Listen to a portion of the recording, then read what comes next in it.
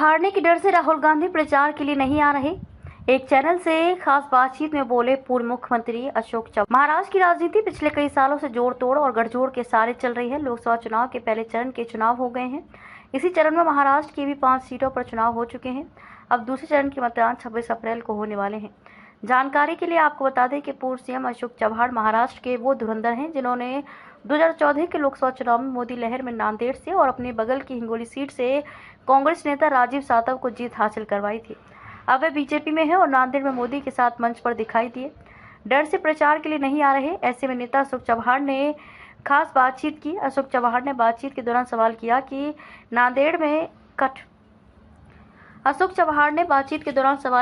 नांदेड़ में अब तक राहुल गांधी क्यों नहीं आए। इस पर उन्होंने जवाब देते हुए कहा कि नांदेड़ की सीट हारने के डर से वे यहां प्रचार के लिए नहीं आ रहे हैं।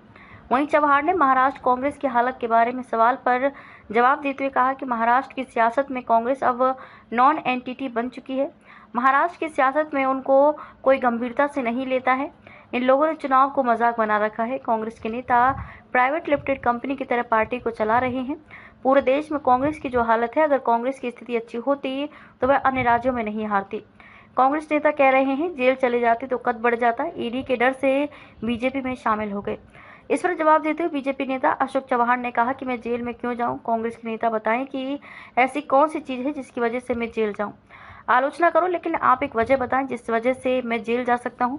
मैंने ऐसा कौन सा जुर्म किया है जिसकी वजह से मैं जेल जा सकता हूं। बिल्कुल नहीं जा सकता। कांग्रेस के नेता निजी टिप्पणी करते हैं, इस पर आपका क्या कहना है। अशोक चव्हाण ने आगे कहा कि मेरी आलोचना करते हैं। कांग्रेस के पास कोई रोड मैप नहीं है जो मेरी आलोचना कर रहे हैं। उन कांग्रेस के नेताओं से विकास की स्पेलिंग पूछिए। नांदेड़ में बीजेपी लीड में होगी। नांदेड़ जिला हमारे साथ है। बीजेपी के मतदाता और जो मेरे साथ आए हैं उन दोनों को मिला लें तो भारतीय जनता पार्टी को इस बार बड़ी जीत यहां से प्राप्त होगी।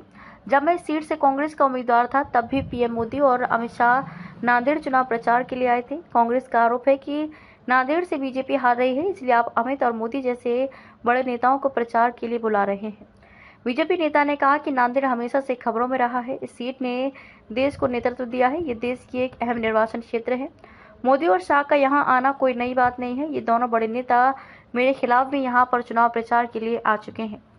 वसंत चौहान ने कहा कि लाल बत्ती लेकर पैदा हुए हैं, उन्हें गरीबों के दुख दर्द का एहसास नहीं। इस पर क्या कहना चाहेंगे।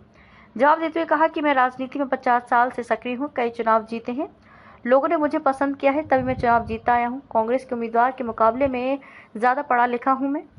मैं 2 बार मुख्यमंत्री रहा हूँ, लोकसभा, विधानसभा, विधान परिषद में रहा हूँ, तो क्या बिना लोगों के दुख दर्द को जाने में इतना कुछ अर्जित कर पाया हूँ।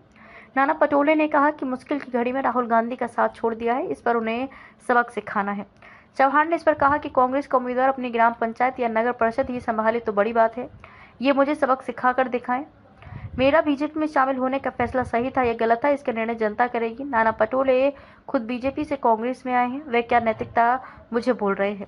कांग्रेस को महाविकास अघाड़ी के सीट बंटवारे में 21 या 22 सीटें मिलनी चाहिए थी, लेकिन 17 ही सीटें मिली। नाना पटोले के काम करने के तरीके, उनके नॉन सीरियस अप्रोच की वजह से महाराष्ट्र में कांग्रेस मराठा समाज में नाराजगी है। आपको कई जगहों पर विरोध झेलना पड़ा। ऐसे में मराठा समाज बीजेपी के खिलाफ जा सकता है। इस पर क्या कहेंगे आप। जवाब देते उन्होंने कहा कि मराठा समाज के जरूर कुछ मुद्दे हैं, लेकिन हम पर जो आरोप लगाए जा रहे हैं वो झूठे हैं। 10% रिजर्वेशन लागू हो चुका है। मराठाओं के सगे संबंधियों का मुद्दा अंडर प्रोसेस है। मराठा आरक्षण मिलना शुरू हो गया है, इसलिए अब ये मुद्दा बचा नहीं है। मेरी वजह से सीट पर बीजेपी का मार्जिन बढ़ेगा। हम सभी मेहनत कर रहे हैं। नांदेड़ की सीट जरूर जीतेंगे। हम जाति धर्म के नाम पर वोट नहीं मांगते हैं।